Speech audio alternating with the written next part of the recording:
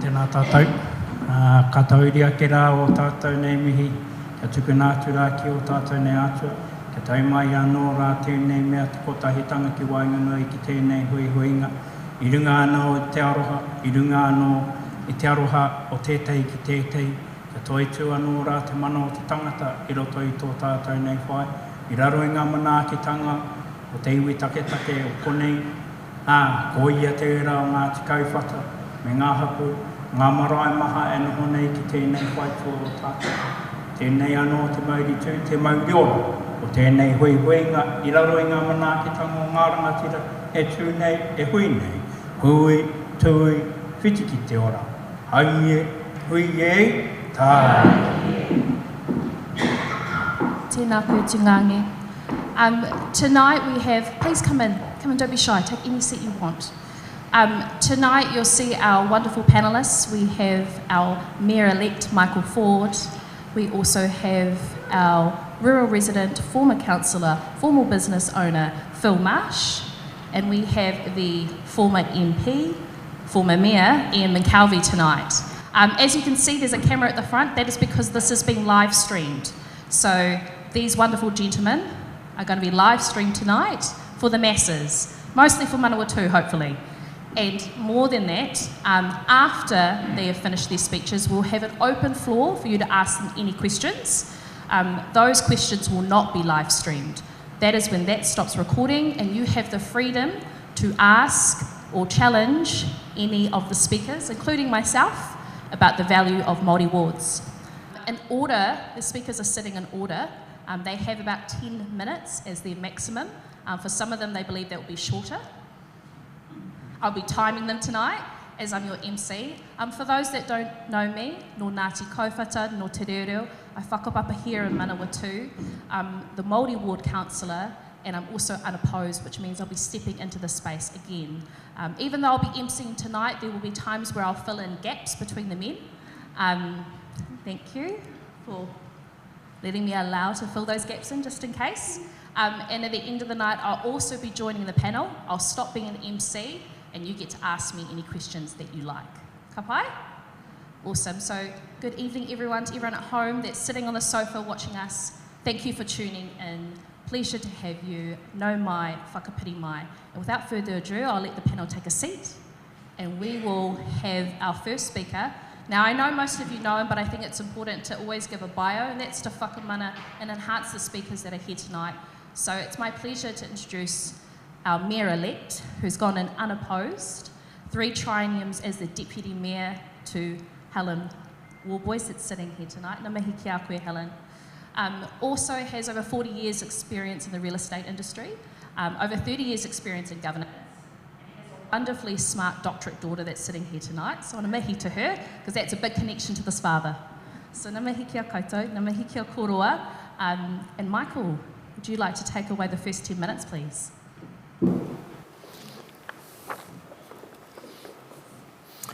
Well, thanks very much to Manawatū District Elections 2025. Bridget, thank you for the opportunity to participate in this forum tonight.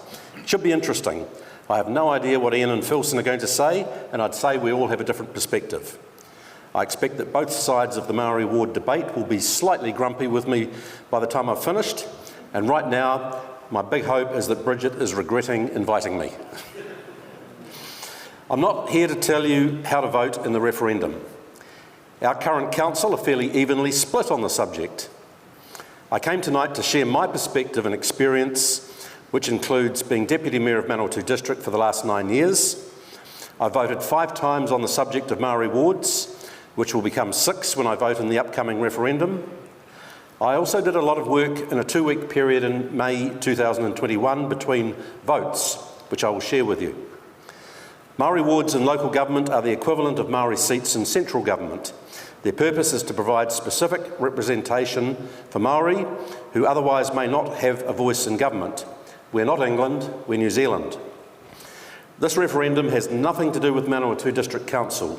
It's a central government instruction.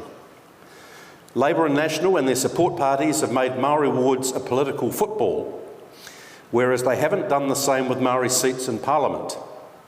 I'm not impressed with this on again, off again, on again, off again, what I would call childish game being played at central government. Maori wards should at least be treated the same as Maori seats in Parliament, in my opinion. If Labour want them, they should have legislated for them rather than throwing councils a hand grenade as they did in 2021, splitting our community. The current government doesn't trust our council to make the decision for our community, hence the referendum in October. So I'm critical of both sides. Labour and National should find common ground, and that would stop the childish game of ping pong on what is an important topic.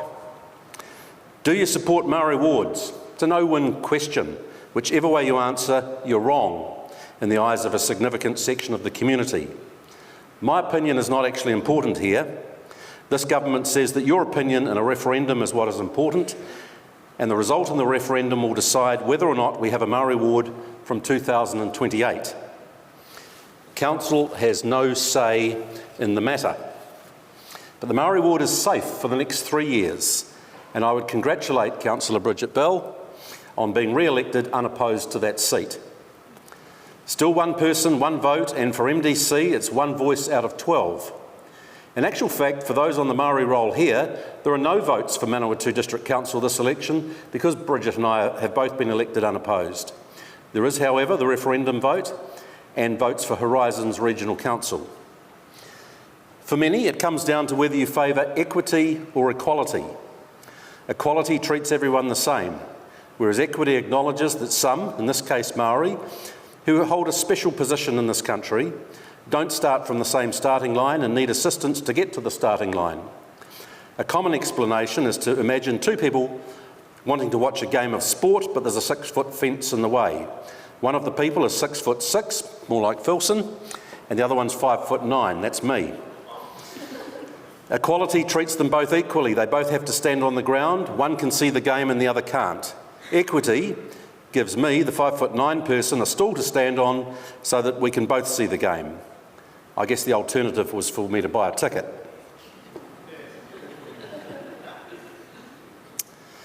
Many who favour equity do so on the basis of until it is no longer required, i.e. until the health, education, life expectancy, income, incarceration rate, housing, crime, unemployment statistics are the same for Maori as they are for non-Maori. I personally favour equity over equality, but I will defend those who believe in equality against accusations of racism. For those opposed to Maori wards, I can tell you that the world at council has not ended since we've had a Maori ward. Having a Maori ward councillor provides an avenue for councils to collaborate with Maori, fostering positive relationships, and having spent the last 9 years in council, I can tell you that it is better to have positive relationships than fractious relationships with Maori and local iwi in particular. And I say that from experience. Apart from just wanting to have good relationships, we have to consult iwi on so much, especially through the RMA, the Resource Management Act. And a strained relationship can slow down the development and growth of the district. This is a real and pragmatic reason to vote for a Maori ward, and I'll give you an example in a minute. We have been fortunate to have a high-quality Maori ward councillor in Bridget Bell, who has not only brought the views of Maori to the council, but she's been successful in getting iwi and marae committees to engage with council, which has led to council treating our marae, I think there's 9 or 12, similarly treating our 9 to 12 marae similarly to our 16 very successful community committees, with a small budget, ability to apply to another contestable fund, and a liaison councillor. A Maori ward councillor has to make decisions based on what is best for the entire Manawatū district, just as a Feilding ward or rural ward councillor does. They're not there just to push issues important to Maori. You are the people who have to decide your view on Maori wards, not council. I've voted 5 times on Maori wards. The first time was in 2017, when council considered establishing a Maori ward. I voted for a Maori ward based on my preference for equity as opposed to equality. The majority at council voted to establish a Maori ward. But immediately after that vote took place, Hobson's Pledge and others organised a successful petition demanding a referendum. There was a referendum in 2018 with more people voting in that than in the 2019 local election. Such was the feeling. 23% supported a Maori ward and 77% opposed, so the Maori ward did not get established. My yes vote was on the losing side. 3 years later, in 2021, Labour's Minister Nanaia Mahuta changed the legislation, with the outcome being that the previous referendums were no longer binding. Councils could again consider establishing Maori wards, and in early May a motion came to Council proposing that we do. I note that the government specifically said that while the past referendums were no longer binding, community sentiment could be taken into account.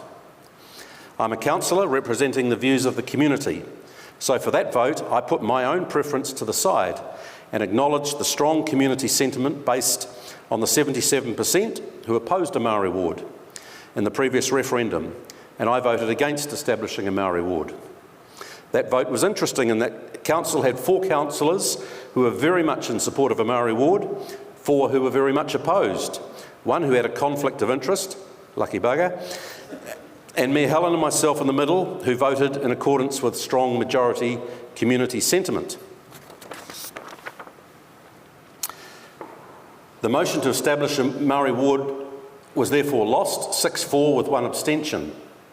And that is when the fun began. Iwi and Maori were not pleased and they made their displeasure known very strongly. You will remember the hikoi leading to haka on the steps of the council building. We invited the leaders of the hikoi into the council chamber and they respectfully made their position known. There was a period of 2 weeks when Mayor Helen and I tried very hard through several hui and to find a compromise position with local iwi, but we were unsuccessful. From their point of view, it was Maori ward or non-cooperation. A second motion was put to reverse the decision 2 weeks later, and on the 20th of May 2021, another vote was taken. Mayor Helen and I agonised over this vote, and we were still trying to decide well into the evening the night before. We wrote lists of reasons for and reasons against, with the 2 main considerations coming down to supporting the majority community opinion versus the real risk of non-cooperation, meaning that RMA processes would grind to a standstill and growth and development of the district would stall.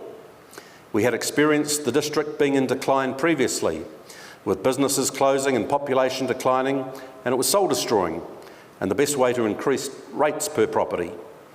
Sadly, many of the people who opposed Maori wards had no understanding of this situation or risk, and many were actually developers and people who would be the most detrimentally affected by the growth and development grinding to a standstill. Mayor Helen and I decided that the economic health of the district, in this case, outweighed community sentiment, and so we reversed our vote from 2 weeks earlier. At the time of our decision, we thought that our 2 votes would decide the outcome, but another councillor who had voted no changed to yes, and the councillor with the conflict of interest no longer had the conflict of interest and also voted yes. So the vote ended up 8-3 in favour of establishing a Maori ward, not 6-4 with 1 abstention. And so, at the last election in 2022, the Maori ward was duly established. Our council's only involvement in this issue in the last 4 years after voting to establish our Maori ward in 2021 was last year, when the government made us address the topic again, and we voted by strong majority, including my vote, not to remove or disestablish our Maori ward. It was known, however, that if we didn't disestablish the Maori ward, there would be this referendum ahead of us. That fact may have affected some councillors' votes. That brings us today and the referendum. So I've voted 4 times in favour of a Maori ward and once against. Even though the referendum has nothing to do with council, I do worry about a possible backlash against council if the referendum results in disestablishing the Maori ward in 2028. Council and Te Kōtui Reo, which is the collective representing all marae in Manawatū district, are working towards hopefully establishing a joint committee to discuss all matters of mutual interest to the marae committees and council. This does not replace the Maori ward councillor role, but does give you an indication of the importance that both sides place on good communication and good working relationships. For the reasons I've mentioned, I will be voting in favour of retaining our Māori ward at the upcoming referendum. But my reasons, no doubt, will be different to other people's.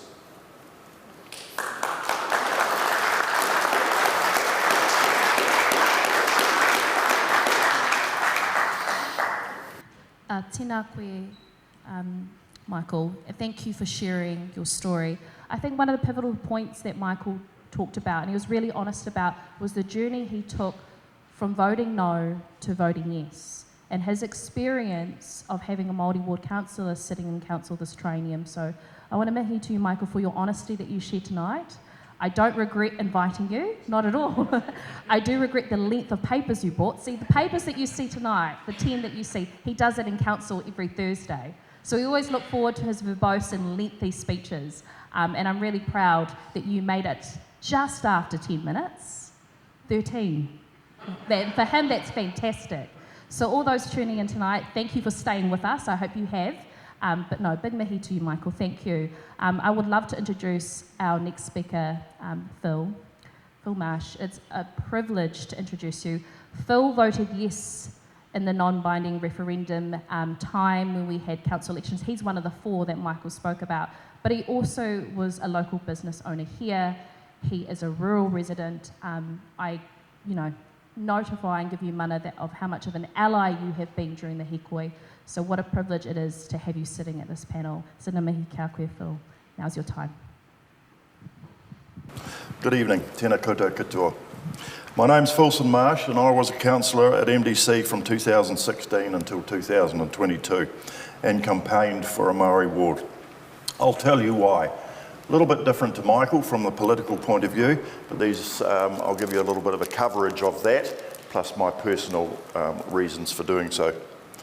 In 1998, a Māori consultation standing committee was created to liaise between council and local tangata whenua, particularly around planning and resource management. The membership of this committee expanded and was known as Ngā Manu Taiko. On a practical level, this was cumbersome, requiring a great deal of human resources, time and organisation. For Māori, it was a place but with no voting rights, and a lack of equity. True partnerships should bring an authentic governance relationship. Please understand that governance is not government. Governance includes the practices, processes and policies of an organisation. Government is elected to make and enforce law, manage the country's affairs, protect citizens from internal and external harm. In 2018, Council moved to establish a Māori ward, but a referendum led by those opposed and at great cost to the district quashed this possibility. The opportunity to create a Māori ward only came every 3 years. Without relitigating historical details, 12 marae cut formal ties with the Council in 2021 after Council deferred the decision to create the ward. I was one of the 4 councillors who then put the notice of motion and the vote for Māori wards be resubmitted. The vote was taken, still in 2021, after the largest and most dignified march that Feilding had ever seen, led by the marae collective Te Kauturi Rio Tamata, and supported by representatives of the wider Manawatū communities and organisation. It was a very proud day. Now in 2025, as Michael suggests, because the Māori ward was established after 2021, new legislation demands that Council must first vote on the support of the Māori ward. They have, and they do, and it must now go back to a referendum to the public. This is not required where Māori wards were established prior to 2021. Where's the equity in that? Tomorrow night, I'm emceeing here at another meeting where the urban councillors will be giving their speeches and why they should be elected. So why do we have an urban ward and a rural ward? These are 2 distinct communities with distinct needs. Can we overturn these? No. Could the urban ward demand, for example, a referendum to ask for the equity from standardising rates across every household in the Manawatū? No. Yet the very people, our Manawatū tangata whenua, with whom we state we are in partnership with, are held back by this very mechanism. The treaty signed by Waitangi by Māori could, in one man's view, have been intended to exclude the Māori voice. I'm not here to push a political barrow. I simply offer a personal perspective.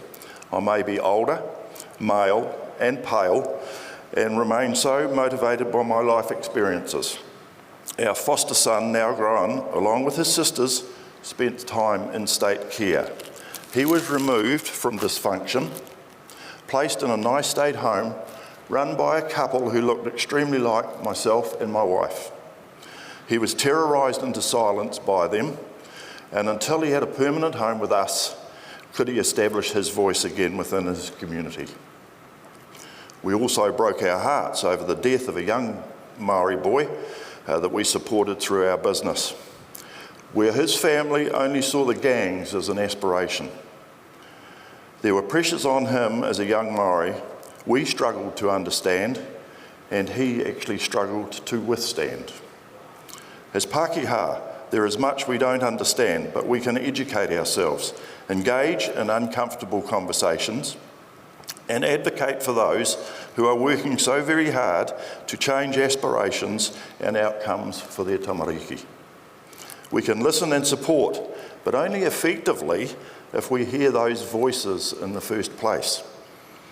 Positive change only comes when communities work together. One person, one vote sounds well and good, but if you're a community who outnumbers another community, your will prevails. Te ao Māori guides how Māori interact with each other and their environment, fostering a sense of responsibility and reciprocity. It promotes connections between people and the environment, emphasising respect and nature and relationships.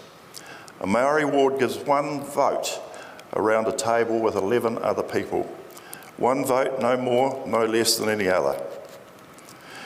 I chaired the Strategic Planning Committee for 6 years and constantly asked why we couldn't set plans in place for longer periods.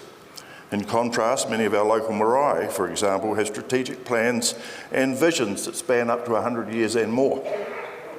Māori perspectives, cultural practices and business acumen bring opportunity for us all. It is inclusive, not exclusive. With Māori representation on council, we can be better citizens, a stronger community. We can be better guardians of our natural resources for a sustainable future. We can better maintain the health and well-being of those unseen and unheard. 2025. We shouldn't even be seeing this as anything other than how it should have always been. One voice in 12. Ngā mihi.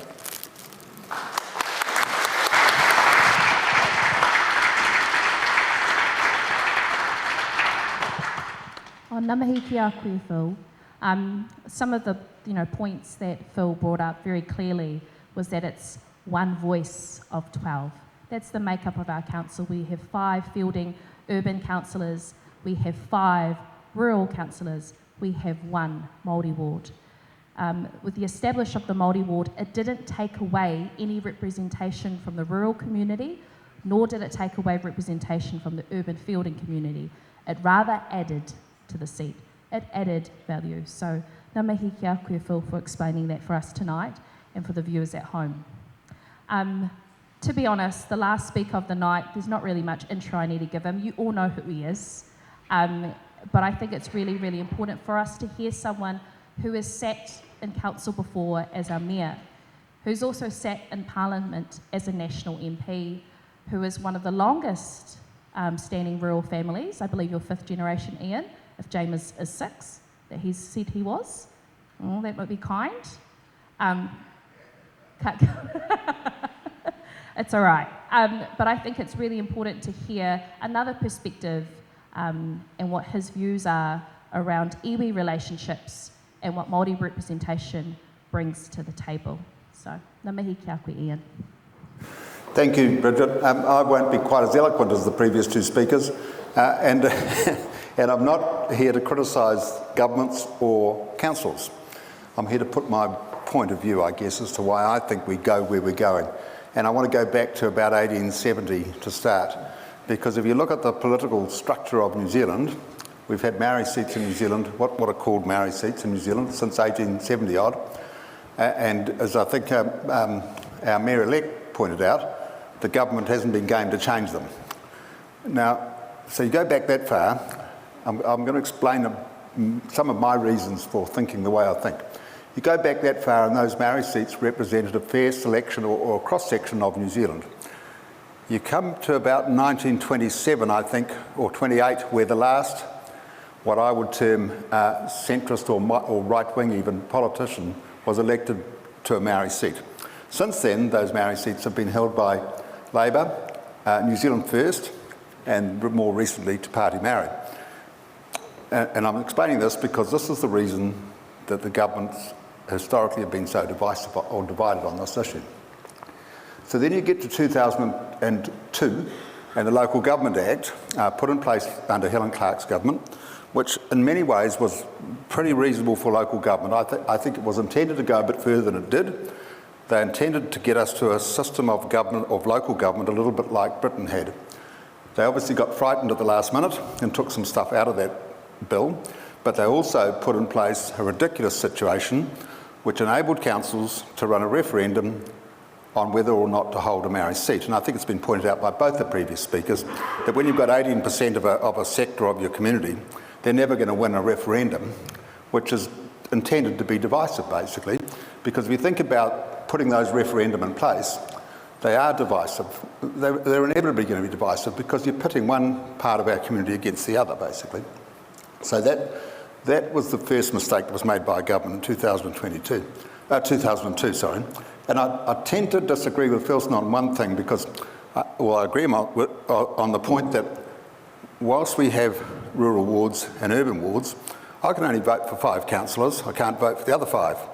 I don't like that system. I think we should all be in together. And I'm going to contradict myself in a minute on that. But I do think it's ridiculous that we elect a council of which I only can vote for half of, for example, because I'm a rural voter, not an urban voter. And if you're on the Maori roll, effectively, you now vote for a Maori councillor, if in fact you've got one. And so it's a very interesting way of looking at things. So the situation since 2022 has become very divided. 2002, sorry, has become very divisive, I think. Now, I was fortunate enough to be the Mayor of Manawatū for a little while, and we went through 2 representation reviews in that time.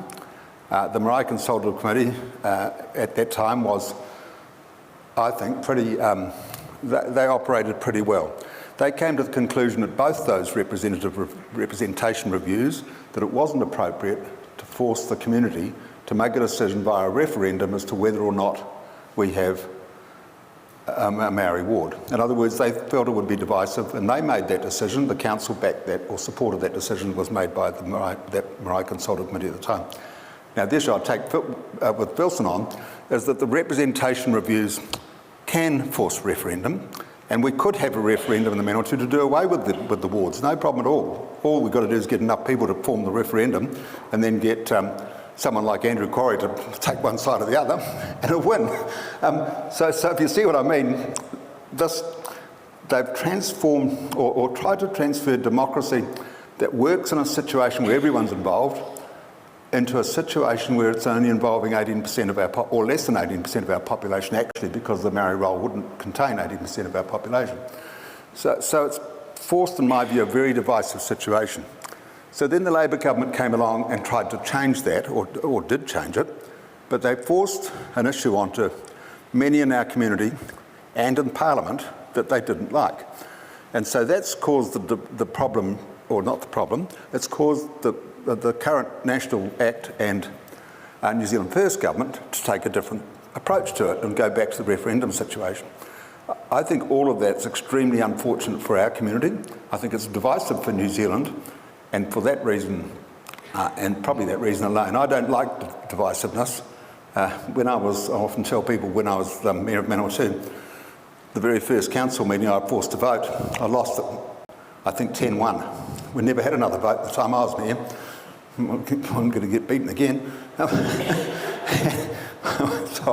So what I'm really saying is you can get to a consensus on things without forcing an issue on it. And I think that successive governments have forced our council, who I think is a very good council, into a very difficult situation. And it's forced that council to have quite vociferous opinions within itself, and Michael's explained that very well. So I don't like that either, because I think the council is there to put our will in place. And so the government's telling the council now how to do it. Well, that's the government's role, actually, is to tell councils how to do things. But unfortunately, they're telling us to do things that I think are not necessary in the best interests of our community. And so I think that that's basically the reasons why I would support a Maori ward, because I want to support the status quo personally, but I also think that it does add value to what goes on in our community. And you're sure you can make the argument that we've got Maori people on council, and have had ever since I started with the council, a number of them actually. But there's a big difference between a Maori person on the council and a person who represents Maori on the council. And I think that's the issue that we're dealing with here. And so the reason that I think we should, I personally would support it, is I think it's been a very divisive issue throughout New Zealand's recent history anyway, and probably throughout our history. And just to go back for a second to the 2002 Act, the only council that put in place a Maori ward at that time was the Bay of Plenty Regional Council. It worked extremely successfully there, and I don't see why it wouldn't work successfully from now on. Now, there's one other argument I don't buy. I don't buy this one vote, one person, because I can't for the life of me see how anyone's getting 2 votes in this business. You're either voting for a Maori ward, or in our case, we're voting for a rural ward or an urban ward. We don't get a vote for the mayor, they're a dictator. But that's just how it is. But so I don't buy that argument. I just don't think it's a logical argument. In the Canterbury Regional Council case, which some of you will know about, there was a logical argument for one person, one vote, because effectively some parts of that community had 2 votes and some had 1. So the law that was put in place to deal with the Canterbury Regional Council situation, again by the Labour Party, was flawed. This law is not flawed if it operates in a manner that it should operate in. So I guess the reason that I'm in the place I'm in, because I don't like division in our community, I do think the collective always will make sensible decisions, and so I consequently support it. That's probably me, but done. Cool.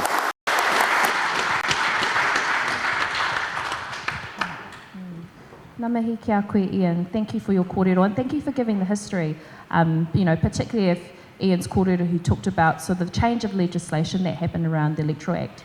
And I think one of the pivotal things that I want to give tonight, connected to his kōrero, is at the time when there were binding referendums from 2002 up into 2021, 24 councils tried to establish wards.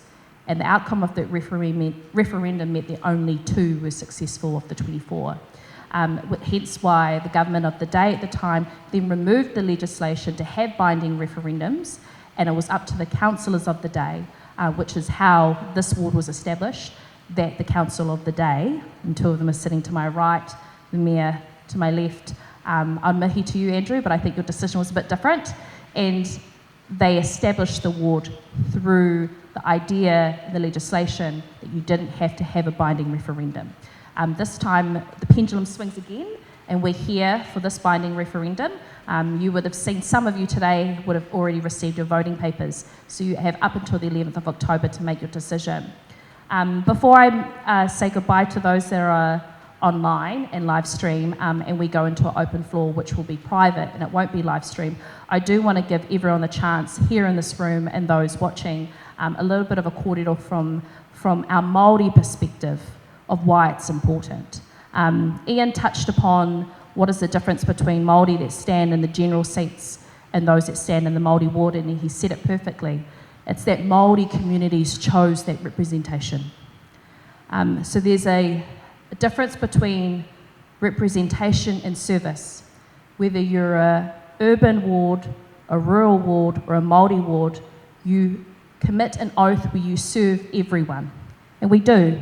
We serve everyone, and that includes the mayor. Representation is when you're mandated to speak on their behalf. So the 5 urban Feilding, whoever you choose on the 11th of October, you have chosen for them to be your voice, for them to represent you. You trust them. For the rural community, you will choose your 5 that you trust to be your voice, you trust for them to represent you. It is the same with Māori communities. They want to choose who their voice is. And that is the power of Māori wards and Māori representation, that Māori communities get to choose. I think it's important for me to state too that Māori serve all. It has been a privilege to serve everyone in the community while I represent Māori. I also want to touch on one of the narratives that have been circulating, that this is a race-based ward. I disagree with that. How can it be a race-based when anyone, any race, can be a candidate? It's right. You do not have to be Māori to stand in the Māori ward. You only have to want to represent Māori communities. And Māori are a community. Here in Manawatū, we have 2 waka, 6 iwi, 10 hapu, 12 marae. We have Hatapora College, Manu Kura that was born here in Tahuri Wakanui hapu of Ngāti Kaupata, and our iwi kura. We have businesses, we have social services here. We are a community that is intergenerational. We have urban Māori, we have rural Māori, and it's so important for them. We are united that we would like a Māori ward. That is unanimous across all the marae. So please know that there's a responsibility we all have, that when we make the decision between now and the 11th of October and we tick it, that we actually ask ourselves, who does this impact? What community does my vote impact, whether it's a yes or a no? So ngā mihi kia koutou to those online. I'm going to ask Richard now to close it. And I wish you all the best. Please vote yes. Us 4 will be. Ngā mihi panel.